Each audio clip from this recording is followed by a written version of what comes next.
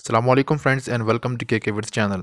दोस्तों, आज की वीडियो में मैं आपके साथ नट बोल्ट्स स्क्रूज़ वगैरह इनकी इंफॉर्मेशन आपके साथ शेयर करूंगा, जिनसे उम्मीद है कि आपको फ़ायदा होगा। ये जो मेरे हाथ में आपको नज़र आ रहा है, इसको बोल्ट कहते हैं और हमारे यहाँ इसको हमारी ज़ुबान में काबला कहते हैं। तो कोशिश किया करें कि आप इंग्लिश और उर्दू दोनों में याद करें। और अगर टूल वगैरह कोई स्पेसिफ़िक चीज़ हो तो उसमें इंग्लिश में तो लाज़मी याद किया करें, ताकि अगर आपको बाज़ार से कोई चीज़ वो ना मिल रही हो तो आप इंग्लिश में आपको आता हो तो आप ऑनलाइन ख़रीद सकें। अब बोल्ट्स जैसा कि आपको नज़र आ रहा है, ये भी बोल्ट है, काफ़ी शाइनी सा नया सा बोल्ट है, और साथ में ये भी आप देख सकते हैं बोल्ट है, और इसके ऊपर ये जो चढ़ता है, जो फीमेल पोर्शन होता है जो इसके ऊपर चढ़ाते हैं, इसको नट कहते हैं, और हमारे यहाँ उर्दू में भी इसको नट ही कहा जाता है। अब ये भी एक नट है, आप देख सकते हैं, और वो भी जिसके ऊपर ऑलरेडी एक लगा हुआ है वो भी एक नट है। अब इन दोनों में आपको कुछ ना कुछ फ़र्क महसूस हो गया होगा। और इस्तेमाल पे बाद में आते हैं। पहले आपको बताता चलूँ कि नट बोल्ट्स खोलने में कौन से टूल यूज़ होते हैं और उनका सही तरीक़ाकार क्या है, जिससे आपको बोल्ट स्लिप होने का या कोई ख़राब होने का चांस ना हो। अब जैसा कि आप देख सकते हैं, ये इस पे लगे हुए हैं बहुत सारे बोल्ट्स, ठीक है। अब इसमें ये 8 नंबर के बोल्ट हैं। तो कोशिश किया करें, अब ये इसको देख लिया करें कि इस पे कौन सी चाबी सबसे फिट बैठती है। अब जिस तरह के 8 नंबर के बोल्ट हैं और इसमें मैंने 8 नंबर का ही स्पैनर यूज़ करना है। अब आपने जिस तरह की रिक्वायरमेंट हो उसके हिसाब से आपने उस पे टूल्स यूज़ करना होता है।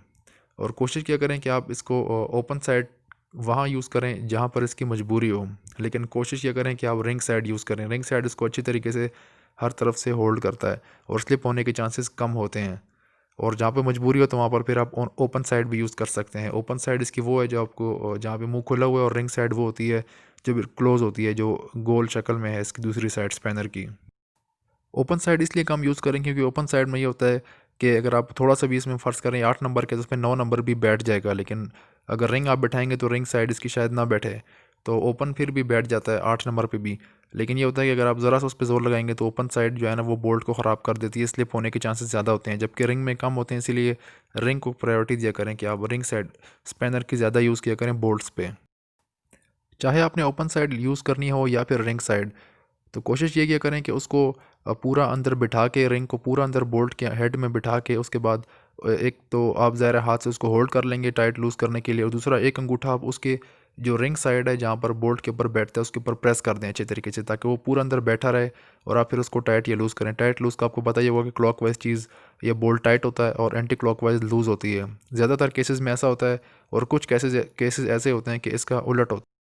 जैसा कि आप देख सकते हैं, आपको स्क्रीन पे एक बोल्ट नज़र आ रहा है। ये बोल्ट मैंने आपको पहले भी दिखाया है। इस बोल्ट के हेड पे अगर आप गौर करें, इसके नीचे एक प्लेट सी लगी हुई है पतली सी।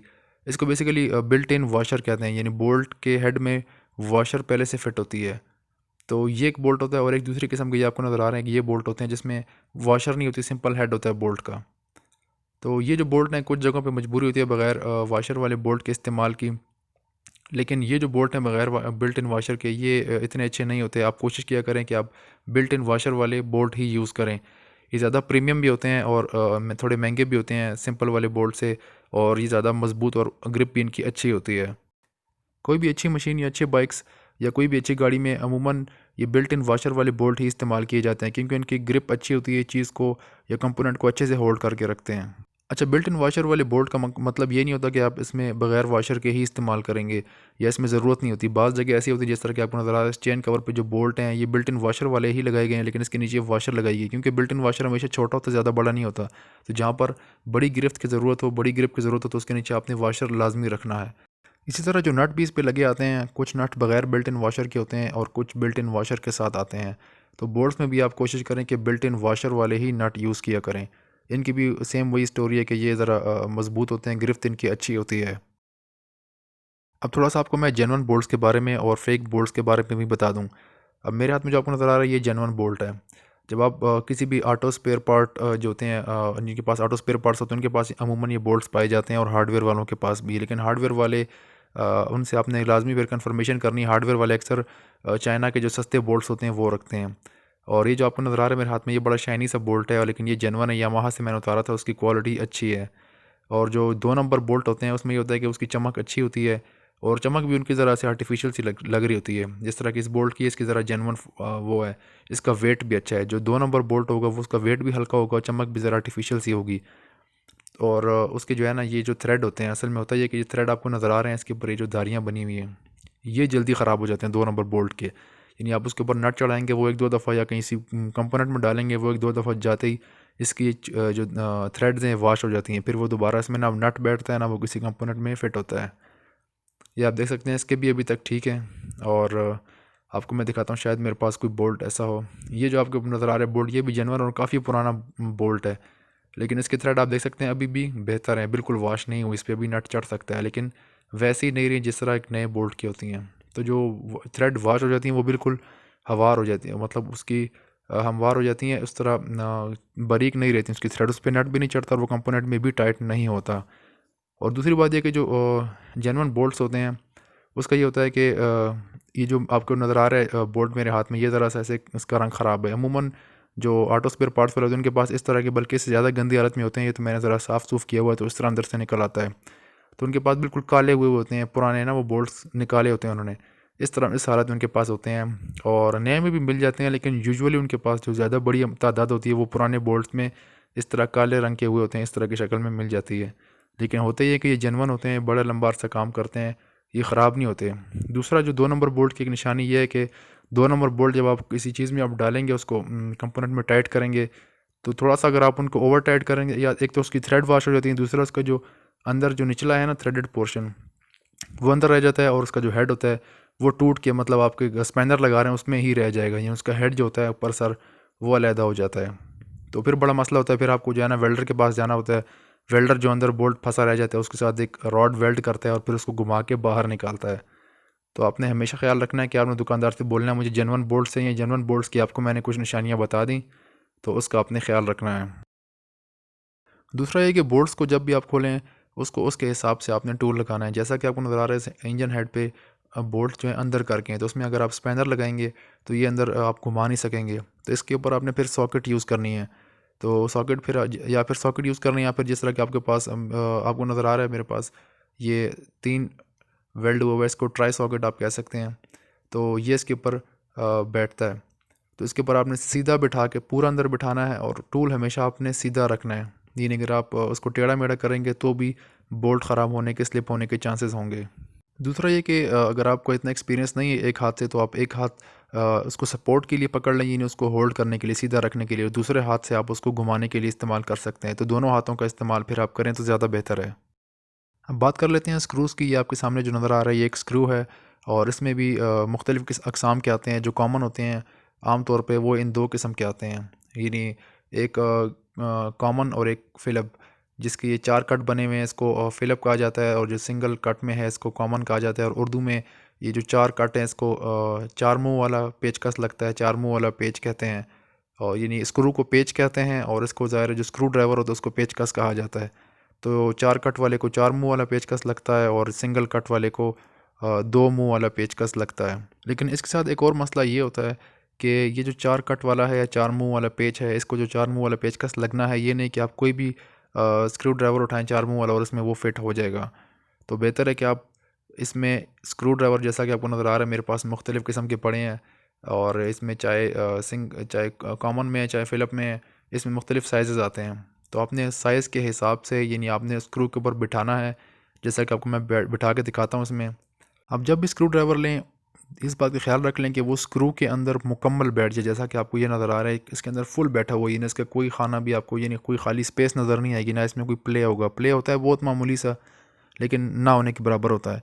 तो ये आपने इसका आपने ख्याल रखना है, पूरा अंदर पेचकस अंदर बैठे उसको बिल्कुल सीधा रखना है। इसमें आपने बहुत ज़्यादा ख्याल रखना है कि स्क्रू ड्राइवर यानी पेचकस बिल्कुल सीधा उसमें आपने रखना है, और पूरा अंदर बिठा के फिर आपने टाइट या लूज़ करना है, वरना स्क्रू का मुँह जो होता है अंदर ऊपर जो कट होते हैं वो ख़राब हो जाते हैं। जैसा कि आपको दिखा रहा हूँ मैं, अब इसका एक आप देख सकते हैं दूसरा स्क्रू है वो ख़राब हुआ। यही वजह होता है कि या तो आप स्क्रू ड्राइवर उसका इसके हिसाब से सही ना लगाएं इसके ऊपर, या फिर उसको सही सीधा रख के पूरा बिठा के आप उसको ना घुमाएं, तो ये फिर इसका कट जो होते हैं पेच के स्क्रू के, ये ख़राब हो जाते हैं और फिर ये फंस जाते हैं, इनका खुलना फिर मुश्किल हो जाता है। जब भी आपको बोल्ट ख़रीदना पड़ जाए तो आपको पहचान होनी चाहिए बोल्ट की कि वो किस नंबर का बोल्ट है, यानी उसका मोटाई जो होती है, उसका नंबर जो होता है 8 का, 10 का, 12 का, किसी भी साइज़ का। दूसरा उसकी लंबाई का आपने ख़ास ख्याल रखना है कि उसकी लंबाई कितनी है, यानी साइज़ तो आपको पता चल गया, लेकिन उसकी लेंथ कितनी है उसका भी आपको पता होना चाहिए। तो इसका आसान हल तो ये है कि आप सैंपल के तौर पे एक बोल्ट ले जाएँ अपने साथ और दुकानदार को दिखाएँ भाई मुझे इस साइज़ का बोल्ट चाहिए, लंबाई में भी और ओवरऑल नंबर के साइज़ के हिसाब से भी। तो ये सबसे बेहतर हाल इसका ये है, वरना आपको लंबाई का आइडिया होना चाहिए बोल्ट का और साइज़ का भी। इस जगह आपको मैं एक टिप देता चलूँ कि जब भी आप बोल्ट ख़रीदने जाएँ, फ़र्ज़ करें आपको 10 नंबर का चाहिए बोल्ट, आपको 2 चाहिए, तो आप दुकानदार से जाके सिर्फ 2 बोल्ट ना उठाएँ, बल्कि आप उससे 4 उठा लें, 6 उठा लें, या बेशक उससे ज़्यादा उठा लें। तो आप यूँ करें कि फिर उसको उठा के अपने पास कोई डब्बा रख लें, जैसा कि मैंने रखे हुए हैं, मुख्तलिफ़ डब्बे रखे हुए हैं मैंने, और कुछ पैकिंग में भी अलहदा बोल्ट्स रखे हुए हैं। तो मैं क्या करता हूँ, ज़्यादा बोल्ट लेता हूँ, अपने पास जमा करता हूँ। इसके अलावा कोई यूज़्ड बोल्ट, इस्तेमालशुदा ओरिजिनल बोल्ट अगर मुझे उतार के उसको मैं किसी से रिप्लेस करना हो, तो वो भी मैं अपने पास सेव कर लेता हूँ। तो मेरे पास फिर ये होता है कि घर पे भी इस तरह आपके पास बोल्ट जमा होते जाएंगे, तो आपको जब ज़रूरत पड़ेगी बोल्ट्स की, तो अक्सर ये होता है बंदे को दुकान तक जाने के लिए फिर टाइम नहीं होता या मौका नहीं होता, तो फिर घर पे भी आपको आसानी से मिल जाते हैं बोल्ट पड़े हुए ऑलरेडी, तो दुकान पे जाना नहीं पड़ता। तो ये भी एक अच्छी टिप है आपके लिए। अब बात कर लेते हैं वाशर्स की। तो वाशर्स में भी मुख्तलिफ साइज़ आते हैं, कोई पतली होती है, कोई ज़्यादा मोटी, कोई उससे ज़्यादा मोटी, और चौड़ाई में भी उतनी ही बड़ी होती है, डायमीटर में भी बड़ी आती हैं, छोटी आती हैं, यानी उसके रिक्वायरमेंट्स के हिसाब से। वाशर्स के बेसिकली 2 मकसद होते हैं। एक तो ये कि वो जो बोल्ट होता है उसकी गिरफ्त बढ़ा देते हैं, उसकी ग्रिप ज़्यादा कर देते हैं, यानी उसके नीचे ज़्यादा एरिया कवर हो जाता है बोल्ट का, तो वो फिर ज़्यादा बड़ी ग्रिप बना लेता है।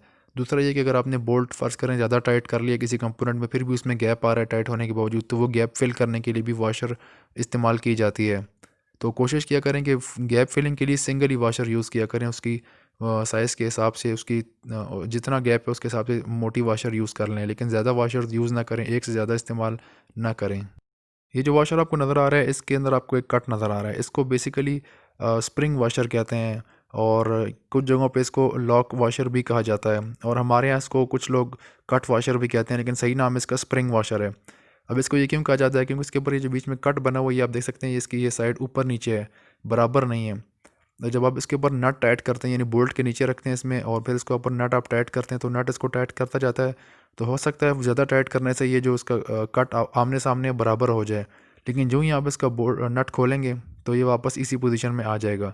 अब इसका मकसद क्या होता है, ये जो है ना स्प्रिंग की तरह काम करता है, यानी जब इसके ऊपर आप नट टाइट करते हैं, तो ये तो आहिस्ता आहिस्ता पोजीशन बनाता है, लेकिन नट के ऊपर इसने बाकायदा प्रेशर बनाए रखा होता है, जिसकी वजह से ये होता है कि जो गाड़ी चलती है वाइब्रेशंस के साथ, झटकों के साथ, तो वो नट लूज़ नहीं होने देता। उसके ऊपर ऑलरेडी इतना प्रेशर होता है नट के ऊपर, कि वो उसको लूज़, ये जो कट वाशर है इसको लूज़ नहीं होने देता। तो इसलिए इसको लॉकिंग वाशर भी कहा जाता है, कि ये नट को लॉक कर लेती है, उस पर हर वक्त इसने प्रेशर लगाया होता है। तो जो नट होता है उसके ऊपर एक तो टाइटनेस का प्रेशर होता है, दूसरा इस वाशर का स्प्रिंग वाशर का भी प्रेशर रहता है, तो फिर वो नट इतने आसानी से लूज़ नहीं होता वाइब्रेशन से या झटकों वगैरह से।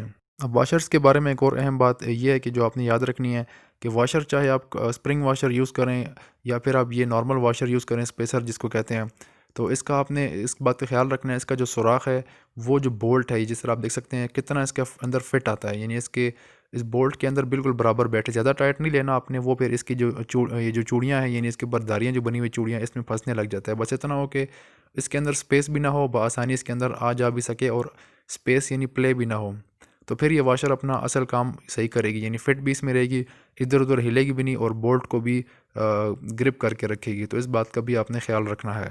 ये जो बोल्ट आपको नज़र आ रहा है, इसको एलन की बोल्ट कहते हैं, क्योंकि इसमें एलन की लगती है, इसको बाकी कोई टूल नहीं लगता, सिर्फ एलन की से ही ये खुलते या टाइट होते हैं। और इनकी सबसे अच्छी बात ये होती है कि इसमें एलन की जो लगती है वो पूरी बैठ जाती है, उसकी सारी साइड्स, इसकी यानी ग्रिप बहुत अच्छी होती है, इसमें स्लिप होने के चांसेस बोल्ट से भी कम होते हैं। अगर आप अच्छी क्वालिटी का बोल्ट और एलन की यूज़ करें, तो ये स्लिप होने के चांसेस तकरीबन बहुत कम हो जाते हैं। तो इसकी क्योंकि ग्रिप बहुत अच्छी बन जाती है, और जहाँ तक मुझे लगता है आने वाले दौर में ये बोल्ट्स बहुत ज़्यादा आम हो जाएंगे, क्योंकि इसका टूल एलन की भी काफ़ी छोटी होती है। ज़ाहिर है जितना बड़ा बोल्ट होगा फिर साइज़ बढ़ेगा, लेकिन इसका टूल भी सिंपल है, और ये इफ़ेक्टिव भी ज़्यादा है। इसका सिर्फ नुकसान ये है कि क्योंकि इसका जो शेप होती है वो अंदर की तरफ होती है, तो इसमें अगर ये एलन की बोल्ट सीधा लगा होगा, तो इसमें पानी खड़ा होने के चांसेस ज़्यादा होंगे। एलन की को हेक्स की भी कहा जाता है, और ये हेक्स की अभी ज़्यादा कॉमन हो रहा है इसका नाम। तो ये थी कुछ इन्फॉर्मेशन जो मैंने सोचा आपके साथ शेयर कर लूँ। उम्मीद करता हूँ मेरी वीडियो आपके लिए मालूमाती साबित हुई होगी।